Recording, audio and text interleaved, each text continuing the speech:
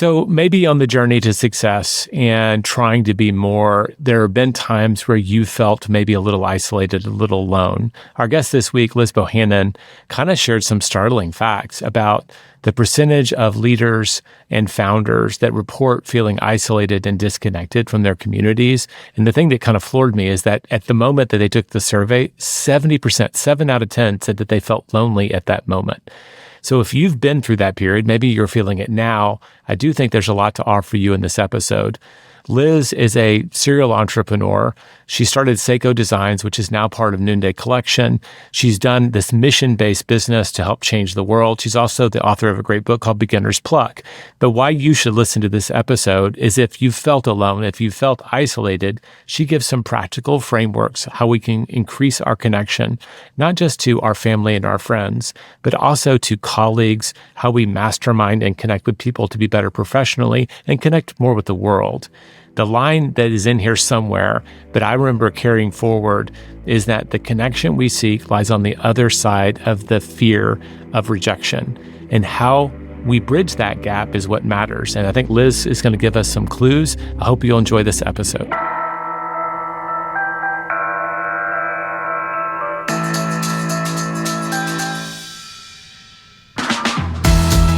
I'm Jay Papasan, and this is The One Thing, your weekly guide to the simple steps that lead to extraordinary results. All right, Liz, welcome to The One Thing podcast. Thank you so much for having me. I'm so excited about this conversation. Me too. I've really enjoyed, I've been diving into your first work, Beginner's Pluck. Fantastic and funny. So if people miss the footnotes, like you have footnotes, but it's not academic stuff. It just makes you laugh. So definitely, if you grab her book, definitely go there. But today we're going to talk about a lot of your work today is around building community. So where did you become aware of how important building community is? And where does that start for you? Yeah, it starts in the same place that my entrepreneurial journey started, really, which was I had graduated from university with a master's degree in journalism. I was really passionate, I would have said at the time, about big global issues. And specifically for me, it was issues facing women and girls living in global extreme poverty and in conflict and post-conflict zones. So as a true, grad student, it's like I have all of this knowledge, a lot of opinions, but I don't actually have any real world experience. I had this moment where I was like, cool, you can run your mouth about how you think the world should work. You don't have one single friend who is a girl who grew up in global extreme poverty or in a conflict or post-conflict zone.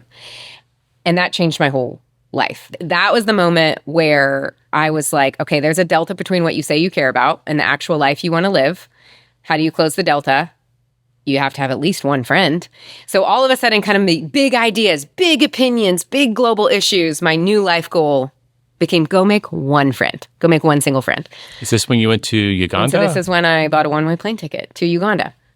With the goal. How old are you when you do this? I was 22. Okay. So I was 2 months out of grad school, 2 months into my first job, when I wrote my little letter to my boss, put my 2 weeks in, spent my life savings, which was not very much, on a one-way plane ticket to Uganda with the sole goal, my one thing, was go make one friend. That was my KPI for success. So I show up in Uganda and end up meeting a group of girls who tested into college but couldn't afford to go.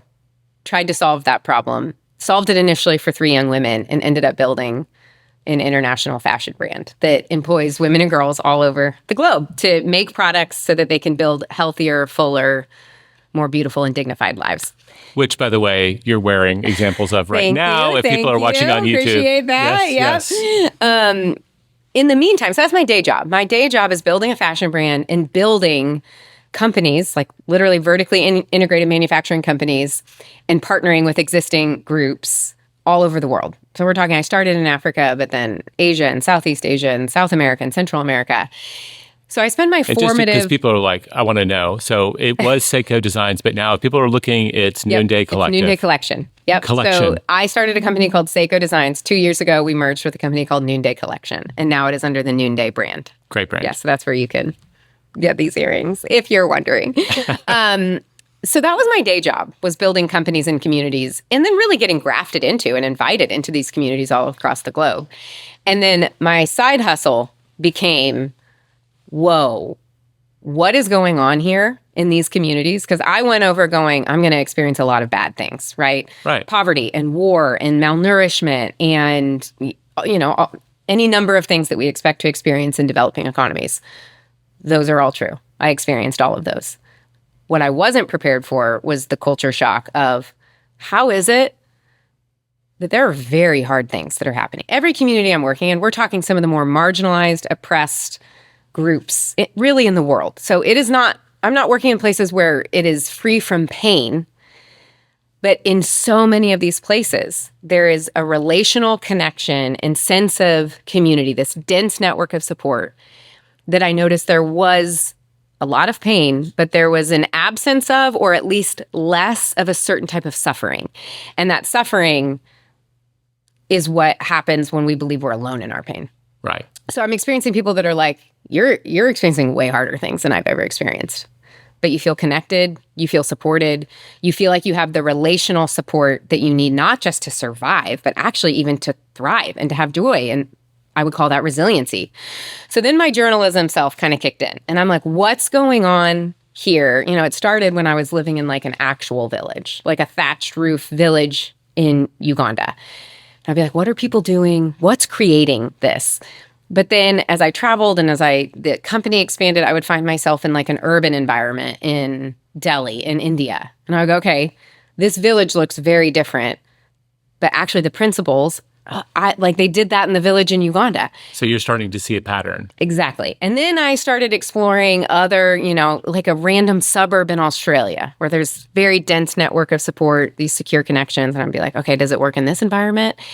And kind of investigate it and was like, they're here. Same principles. They manifest very different based off of the culture, obviously, but the principles of building and making kind of these secure connections in this dense network of support, which I believe is probably the most powerful way that we can build our resiliency, are the same no matter where you go. So then I came back to the US and I was like, can it be done here? We are arguably the most individualistic country in the world. So about 80% of the world operates in more of a collectivist worldview and mentality. About 20 or 30% is individualist. So America is individualist. And of all of the individualist countries, we are the furthest end of the spectrum. Okay. So we're in the minority. So we start with me, not we. That's a beautiful way to say it. Okay. Exactly. In a collectivist culture, the first question that you ask is what is best for the group. In an individualist culture, the first question that you ask is what is the best for me? And maybe me and mine, meaning kind of my nuclear family. Right. So not only are we the minority, 20 to 30% of the world, we are the furthest end of the minority. So this just totally rocked my world because, of course, I'm like everyone else. The culture that you grow up in is the culture that you think is normal. Like that sets your standard for normal. Yes. But then I spent the first decade of my formative adult years experiencing a different way of existing altogether. And had this realization, I'm like, oh, my life, my upbringing was not normal. Right. If we're just talking like, percentages of what's most common. The 8 billion people on this earth were actually in the minority. Yes. And then as, a kid that grew up in the like middle class suburbs of the Midwest, you push that even further to like the priorities that my family had growing up were really around the nuclear family, what's best for us, privacy, kind of saving face, reputation, you don't air your dirty laundry, right? Like the reality that people perceive of us is really important. And it may be even more important than the actual reality of what's happening inside our home or with our relationships. My family life was really challenging and it was completely hidden from the public. So it was like you're not only... The family you grew up with? Or yeah, like so my nuclear family, just like train wreck. And yet there was a lot of importance about like, but we would never tell anybody this. Right. And like, but when we show up, in the locker room. Stays in the locker room. And a lot of our family culture, which to your point was not spoken, it was not articulated, but the messages you received are, we keep secrets. And the most important thing is how we're perceived. So for me, and I bought into it because I'm a kid and that's the rules that you're handed. And so I'm just like, okay, this is really embarrassing. Works. This is really shameful. Like nobody can know about what's happening. And then I have this experience of living in these places where a lot of times it's because you can't hide, right? Where it's like, you're in a village in Uganda and your little thatch roof hut is 8 feet away from your neighbors and there's no sound insulation. And there might be multiple families living in that said hut. Absolutely. Right. So you're kind of forced into this, like, hiding isn't even really an option, which at the time felt horrifying to me, right? Like, the idea that you couldn't hide is like, no, that's where safety comes from. You hide and you pretend and you put on pretenses and you care about your reputation. What I actually saw over time is how much freedom that breeds when people can't hide. Well, we know this. Not to interrupt. I mean, this is like I'm on the edge of my seat because I want to get to the principles too. But we've all had that moment where we felt we were in a safe place and we were able to actually talk about the thing we're afraid to talk about. And it's so unburdening on the other side. It changes everything. Because what we realize is that people can see us for who we really are and still accept us. Yeah. And that's what we all want at the That's end of what the day. we all long for. There's a beautiful quote by Tim Keller. He uses it in the context of marriage, but I think it applies very beautifully more broadly in the context of community. He says, to be unknown but loved is comforting, but it's superficial, right? I'm hiding and I'm liked, I'm accepted, but I'm not really known. To be fully known and not loved is our greatest fear. Yes. But to be fully known and fully loved is a lot like being loved by God. He says it liberates us from our pretense. It brings us out of hiding, and it enables us. It builds up our resiliency and enables us to live the fullest version of our lives. And that's what I saw. That is what I saw in these communities. Really, the crux of it was being fully known and still being able to belong. And so and it's so simple, right? It's like the most basic fundamental truth, and yet it's not easy. It's simple, but it's not easy because there's so much risk.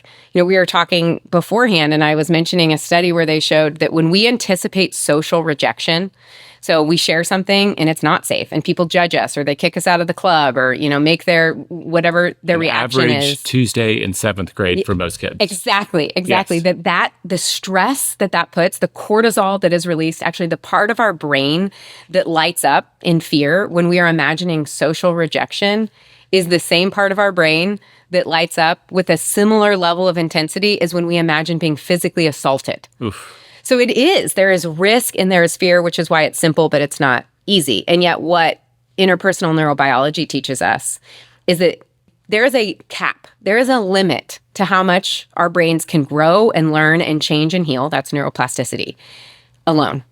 And just with information. Right. It actually has to happen in the context of others, and specifically in the context of safe and secure relationships. I'm aware of some of that research in the context of like a lot of foster children and things that were not given a lot of love very early. And you see that the developmental challenges they can face when they didn't grow up in a safe environment. Yes. But that happens when we're adults too. It happens when we're adults too. Yeah, we can't actually, there's just a whole level of neuroplasticity that we can't access without one another. And so in order to be the fullest, healthiest versions of ourselves, we have to do it in the context of these safe and secure relationships, these dense networks of support. And there's different rungs of it, all the way from a small group of people that know the full story of your life. These are the people that when you experience pain, you can name it. And they will hold space for it, and they'll ask questions about it, and very often will go, oh my gosh, me too.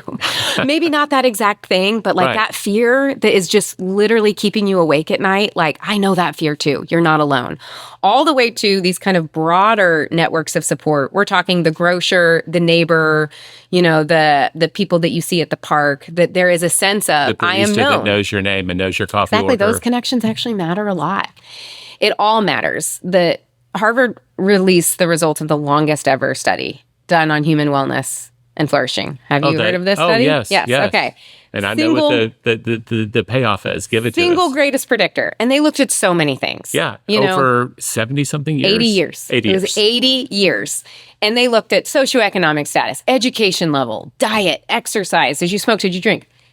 Single greatest predictor of how long you will live and how happy and healthy you'll be at the end of your life is the quality of your relationships. Yeah. And that actually has to extend outside of your nuclear family in order to receive those full benefits. That's a nuance I wasn't aware of. Yeah. So a lot of Americans go immediately to like, okay, well, I need to invest more in my marriage and my kids, which is great. Like if that's... But that's more of the me instead of the we. It's a little bit more of the me than the we. That actually doesn't create a secure sense of belonging where like, but what if something goes wrong for me?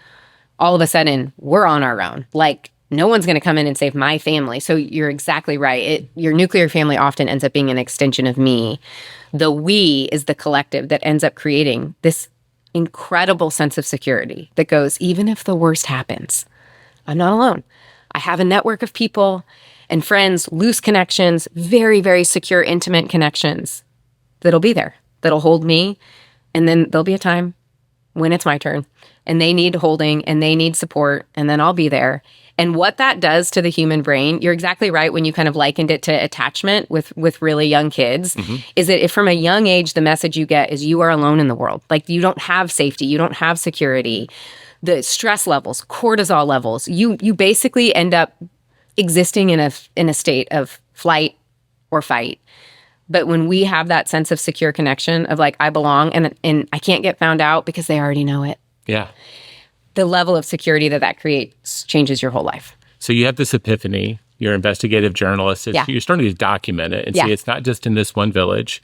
You're seeing it all over the world. And you decide, I'm going to bring it home to maybe the most challenging environment we can imagine and see if it works. Exactly. So let's dive into that. Okay. We're going to do it after the break. Is that okay? That's great. All right, folks. We'll be right back after this break.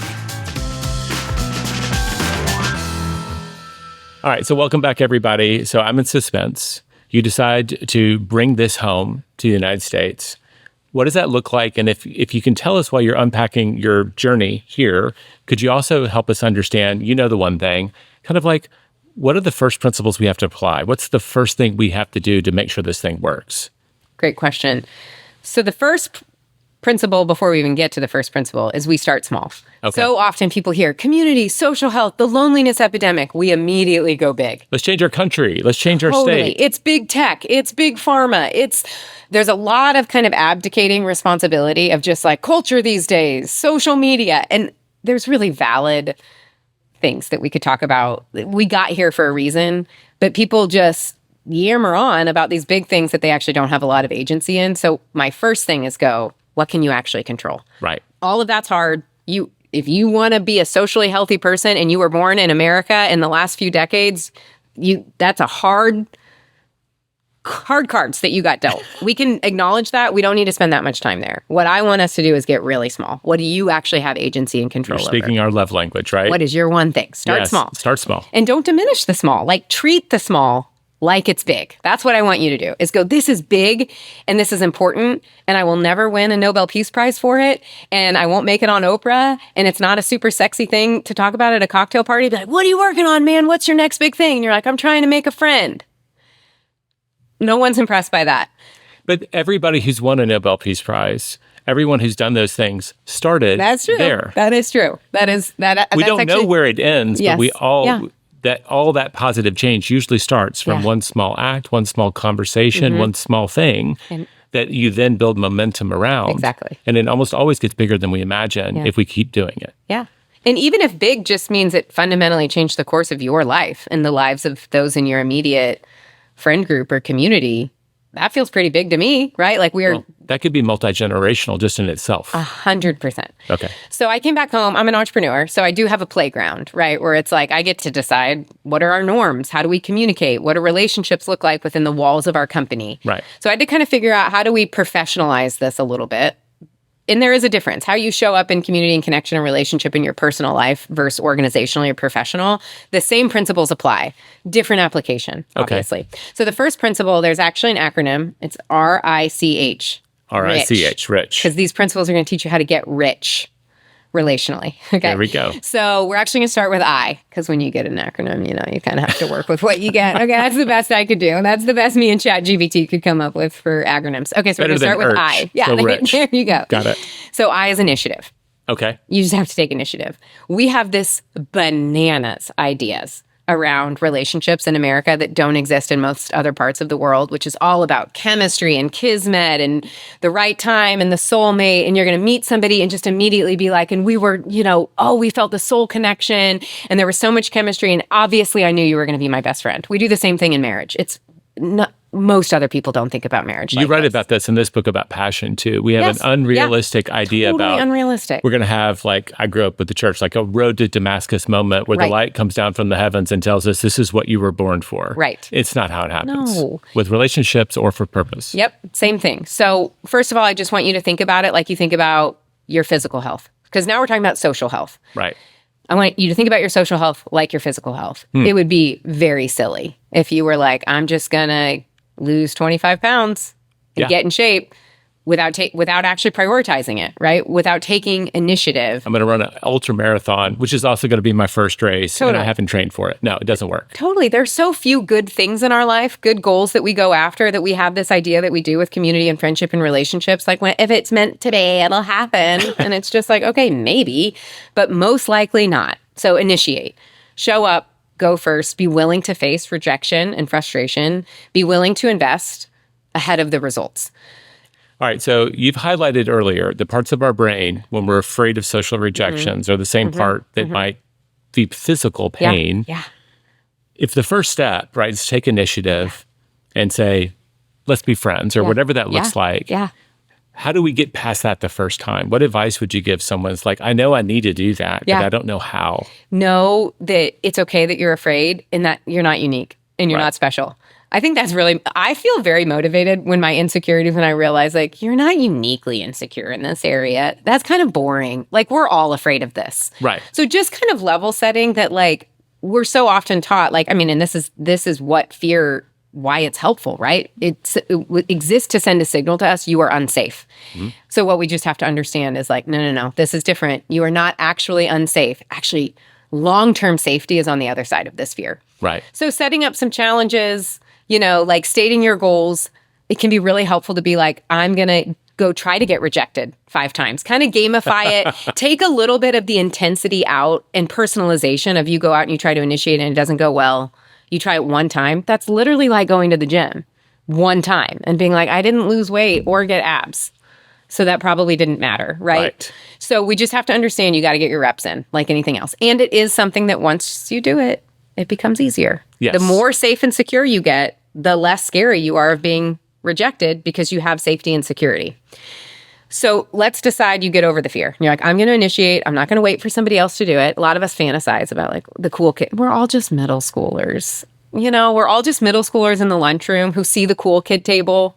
Like, maybe someday I'll get the invite.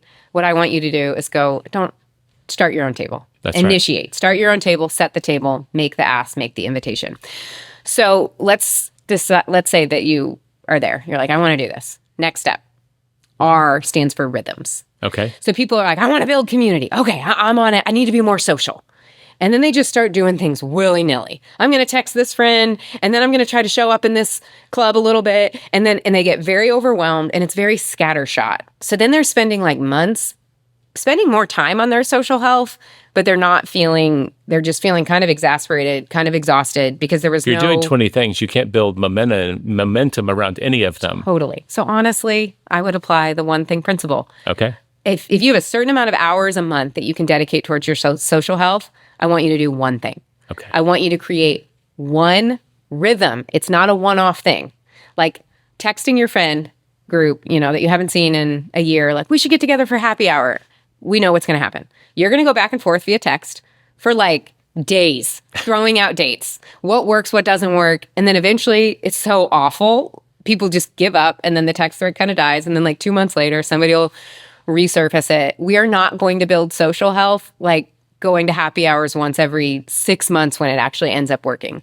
It's very counterintuitive, but what I want you to do is establish a committed and consistent routine. Like a book club or something? Yes, we are going to meet monthly, twice a month, maybe even weekly, and it's the same time, the same place, week after week. And here's what's going to happen. That's going to feel really intense in the beginning. You're like, we're not even friends yet. You want to hang out every Wednesday night? So there's a risk involved in that.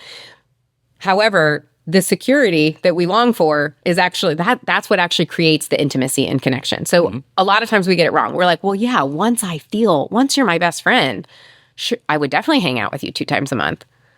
Once I feel that with you, it's like the very thing that's going to create those feelings is the thing that you're not doing. So I want you to pick one thing, one friend group, start a book club, Start a small group that meets at a local pub, but it has to be on the calendar and it has to be a reoccurring event on the calendar. And it's going to feel really hard in the beginning because you haven't built your life around that, and it won't take very long. Take a couple reps before all of a sudden you're like, oh, I don't plan things on Wednesday nights because I have my Wednesday night hangout with the girls. It gets infinitely easier because this becomes a rock in your life that now other things kind of go around. So it's going to feel really hard to find the time initially. And then once you start committing to it and start saying no to other things to protect that time, it becomes infinitely easier. There's so many examples I could just jump in. So like my wife established that on the weekends, she does a walk with her best friend. Love it. And so it's a weekly ritual. We have a Wednesday night date night that emerged when our kids were small. And over the first few years, we were always scrambling. And then it got to be where the world kind of knows that it's Wednesday night. Where are you going? Exactly. So you first have to kind of teach yourself that this is a ritual, but then the world kind of falls in line. Exactly. But we interviewed a lady that was trying to get healthy, and she just put it out on the neighborhood listserv. It's like, I'm going to start walking. I need to walk for like 30 minutes a day. I'm going to be on this corner at this time, and I'm going to walk. You're all welcome to join me. So you can do kind of a mass invite. Yeah, absolutely. But ends up, and there's like 20 people. They're not some regulars that show up and do these morning walks. Exactly. You'd be surprised if it's like the first Thursday, every morning at 8. Like that's the rhythm of consistency. The rhythm of consistency. You don't have to communicate it because they just know when it is. Yes. And don't we all want to not have to ever be in that text thread of back and forth again? And where? Where are we going? Exactly. Yes. So it actually gets easier over time. So it gets easier, and then the ROI continues to grow and compound and can become very What would it look profound. like at work? Like if you were trying to do this at work, what would be an example of someone doing this, like a rhythm for a work? Yes. So same thing. It has to be on the calendar. So in like my companies, everything from, we had this tradition where I think it was like every Thursday afternoon, there's just like a 30-minute break. People bring their favorite snacks. We all gather and we hang out. And the only rule is like, we can't talk about work. That's like, it's so small. Okay. But it actually can be really consistent. We also would bake it into the core rhythms of our operations. So specifically in organizations, if you want community and connection, you have to operationalize it. Right. So we baked it into, we operate on a 2-week sprint methodology. So every 2 weeks we get together. Monday is basically what are we going to accomplish over the next 2 weeks? Everybody takes ownership. We assign value to it. We all get an agreement that by the time we meet next Friday, we will have all done what we said we were going to do. It's a really core rhythm for really just like productivity and within the company for our like core metrics. I love it. Short sprints in the same direction. Exactly. So we bake in community into our sprints where it's like we know these meetings, these kickoff and these recap meetings are going to happen every 2 weeks because it's like sacred to us. So how can we use that Monday meeting and that Friday meeting? One tradition that we have that has grown and evolved and has become such a huge driver of connection within our organization is hearts. We call it hearts. An employee of mine actually started it. She was like, what if we started this meeting with giving hearts? And what I mean by that is, can we have a time, because we would go through our Asana board, you immediately jump into, here's what I did to move the company forward. Right. She was like, what if we had just like 5 minutes to share the things that won't show up on the Asana board? The time a colleague helped you out. You saw them working really hard on a thing or taking a risk, these little behind the scene moments of noticing and then acknowledging. And so it truly started out 5 minutes. It has grown to these meetings can be anywhere from 5 minutes. There have been times where it's been 45 minutes of colleagues just going, I saw when you did that. It was only me that saw that. I want all 25 people in our department to know how hard you worked, the risk that you took, the way that you showed up for me. And you do a little like, I'd like to give a heart to Jay, right? So it can feel really cheesy, which that's another thing I want to talk about. Don't be afraid of the cheese. Like we are so obsessed in our culture with being cool and being nonchalant and just like, no. Community and connection isn't organic and it's not nonchalant. It's going to feel cheesy and forced. It makes it feel safer too when people are able to be a little silly. We have Donut as a really powerful tool if you use Slack. Are you familiar with Donut? No. It's a little application that you can literally integrate into your Slack and you get to set the parameters. But this is something to talk about operationalizing. I was like, I want everyone in our company to have 30 minutes once a week with a one-on-one with a colleague where you're not allowed to talk about work. And so there's an app for that. Literally, you install it. It looks at your calendars. It automatically matches you up with a coworker that you haven't been matched up with for the last 6 weeks. It syncs up and it's like, hey, you're meeting with, Keith in accounting at 3:00 on this day. And then so it does all of that logistical work, but it's operationalized. So I'm not going, hey, team, I'd like you to meet with someone once a week and be friends, right? I'm going hey, here's the tool that we use. Here is the habit that we have. If you expect it, if I expect my teammates to know each other, to support each other, to love one another, if you expect it, you have to inspect it. Yes. So you set up the standards and then you check in. You can see who's actually doing the thing that we all said we were going to do. But it really is about operationalizing. And that's where I bet some of the hearts come from, those talks. Oh my gosh. It transformed our community to be people whose paths you wouldn't cross. The humanization, the sharing of joys, the sharing of burdens, the inside all jokes. The petty stuff though that can happen as people are jockeying for advancement and stuff in companies, big and small, and they have these little resentments, and it's really hard to have those resentments against someone that you actually have built a friendship with. It's so good. You start to give them some credit. Yeah. That little walk, I have a friend that does this with an in-person company. And they do randomized where you go on a 30-minute walking meeting. Yep. So you also get out in nature. Yep. But Brilliant. You're not attached to any hardware. Yeah. You just have to go and talk for 30 minutes. Same thing. You build connection, and those connections create all kind of safety in the organization. So much. Yeah. I'm so glad you said this, specifically about the conflict and resentment. It is hard. I think it was Graham Greene, the author, who said it's really hard to hate up close. I think he said something to the effect of once you see the wrinkles on the side of someone's eyes, it becomes very hard to hate. You want to know the other thing that helps us handle conflict and resentment? I'm so glad you asked because it comes to C. Okay. Our communication skills and specifically how we handle conflict. Okay. So conflict is going to happen. Yeah. In the workplace, in our relationships, in our friendships, specifically in America, we are terrified of relational conflict. Now, we are not scared of conflict online. We basically put all of our need to have conflict behind a screen name. That's all one way. It's all one way. It lacks any level of courage or helpfulness, but it gives us our outlet to speak our piece or whatever. Vent, we get to vent. Yeah. We get to vent. But actual in-person conflict and relationship, we are terrified of. And there's two reasons that we're really afraid of it. The first is we have a wrong belief that ruptures in relationship, that conflict hurts a relationship. It kind of tears it down. So we want to avoid it. You say something that I felt a little bit diminished by in that meeting, I am terrified to come to you because here's what I think is going to happen. I'm going to say how I felt, and then you're going to get super defensive, and you're going to tell me I was wrong, and I'm going to walk away angry at you or feeling like an idiot that maybe I was being too sensitive, but now I'm definitely not. We have all of these imagined scenarios about what's going to happen. It's just the opposite, isn't it? It's literally the opposite. Yeah. So relationships are like muscles. When we are going out to build muscle, got to break them down. You got to break them down. You actually have to break them down, and it is in the process of repair and those muscles coming back together that actually makes them stronger. And relationships are the same way. I hear the word repair in relationships, and I go to Dr. Becky. Is it just about owning our piece of it and really being honest about it? It is. And listen, again, it's really simple.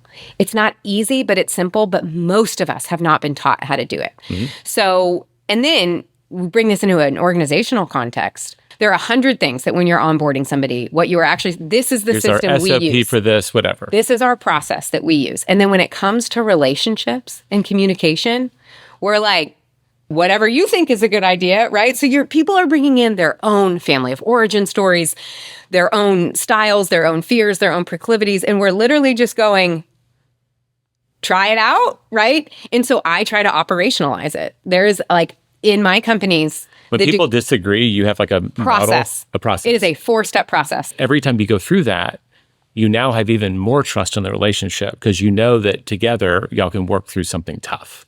Absolutely. And that is actually what creates security. And to your point, every time that happens, what it builds up, truly there are times where conflict you will get to a point where it's not scary anymore. So having a process for this allows us to move through it. Every time we move through it, we get a little bit more confident about doing it, at least with the other person. Yes. And the relationship gets deeper. Yep. We're really out of time, and I don't want to leave people. Yes, no, I want people feel like, where's the H? Where's the H? I've got to go into the house. I'm walking the dog. What's the H? Stands for help. Help. Help. And this is that asking for it? It is creating cultures of vulnerability and interdependence.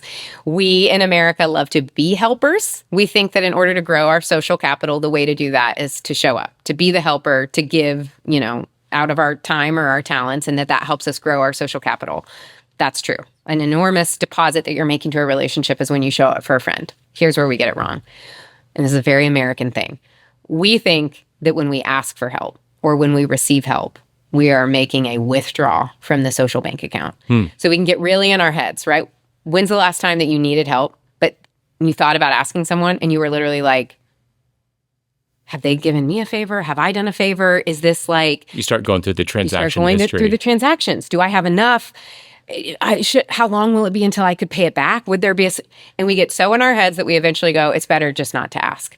So what we misunderstand is that in the economy of a relationship, showing up and giving help is making a massive deposit. But actually, an even bigger deposit is when you allow people to help you and be so bold as to even ask for it. Because the single most powerful thing that you can do to be a friend that someone will call on, you can say, like, call me if you need help, or drop off casseroles until you're blue in the face. Right. What actually gives permission to call you at 3 o'clock in the morning is if you went first. And if at 3 o'clock in the morning, you called and said, I need help. A year later, a month later, when your friend is in a dark or desperate situation and they don't know who to call, who do you think is going to be first on their list? Right. You're making an advance deposit. You just don't realize it. It's good. So initiative, rhythms, communication and conflict, repair, and help. Interdependence and vulnerability. So I'm just going to guess, take a wild gander, that your great experiment in the U.S., the me culture, it worked. It worked. It works here. It works. It works organizationally, which I spoke to more today. I've also put these principles to life in my personal life, and I've taken them to a very far degree. I live in proximate community, 7 families, my best friends. We live on the same street. We share property. We see each other's kids every day. We help, whatever it is, a flat tire, a kid that needs to be watched in the backyard because you're running late from a board meeting. We truly have created what I experienced in so many other cultures, a village culture, but in a very modern, mainstream American context. I love that. Thank you so much for sharing. What's a challenge we can give our listeners? They're like, oh, I'm inspired. How do I start? What's a good first step for them? If you are in a position of leadership, and that could be your home, that could be leading yourself, that could be a leader in a company or an organization. I think that one of the single best investments that you could make is in specifically peer support. So what I want you to do is think about 5 people that are not in your world, okay? So I don't want you to do this with your employees or your boss or your coworkers or your investor or board of directors, somebody who's like so in your world that you can't tell the full version of the truth to, but someone who gets kind of the journey that you're on. So someone who gets your world but is not in your world. And I want you to create a rhythm. I want you to reach out and go, hey, I have this idea. What if every 2 weeks, or what if once a month, we chunked out 3 hours on our calendar? That could be proximate for people, that could be virtual. And we showed up and we shared the full version of our story and our lives with one another, and we see what happens. You're building your own lunch table. Yeah, there you go. I love it. Thanks so much, Liz. Thank you. Well, no one who has spent time with Liz is going to say that she doesn't have something to share and that she's low energy. I was along for the ride at parts, but it has lived on with me. And this idea that we have an opportunity to be a little bit more purposeful, not just as business people, but as people moving through this world, to be purposeful around our connections. She's living it at a high level. She's built a group of friends around her that she lives very close to. She has built an engineered community, not just at her work, but in her everyday life. And I think a lot of us, we're suffering an epidemic right now. You read about it all the time, an epidemic of aloneness, of isolation. We all have an opportunity to be a little bit better, more purposeful about leaning into the relationships that matter and forming new ones. Because at the end of the day, cannot tell you how many times Gary and I have kicked it around. Nobody's going to sit and on their gravestone is going to say, I wish I'd written another book. I wish I'd recorded another podcast. If we have any regrets at the end of the day, it's going to be around our relationships. That's the stuff of life, folks. So I hope that you will make some commitments to be more purposeful, maybe take Liz's challenge around forming what I would call your own personal mastermind. I think there's a lot to take away, and I think she's addressing a great ill of our age, this idea that in our pursuit of whatever it is we're after, success, money, fame, just maybe meaning even, we often work so hard that we isolate ourselves. But it's not the recipe for success. It can be a byproduct, but one that we can avoid. Anyway, take these lessons to heart, folks. Next week, I'm going to be back with a special solo episode. I can't wait to share that content with you. We will see you next week. This podcast is for general informational purposes only. The views, thoughts, and opinions of the guest represent those of the guest and not Productive or Keller Williams Realty LLC and their affiliates, and should not be construed as financial, economic, legal, tax, or other advice. This podcast is provided without any warranty or guarantee of its accuracy, completeness, timeliness, or results from using the information.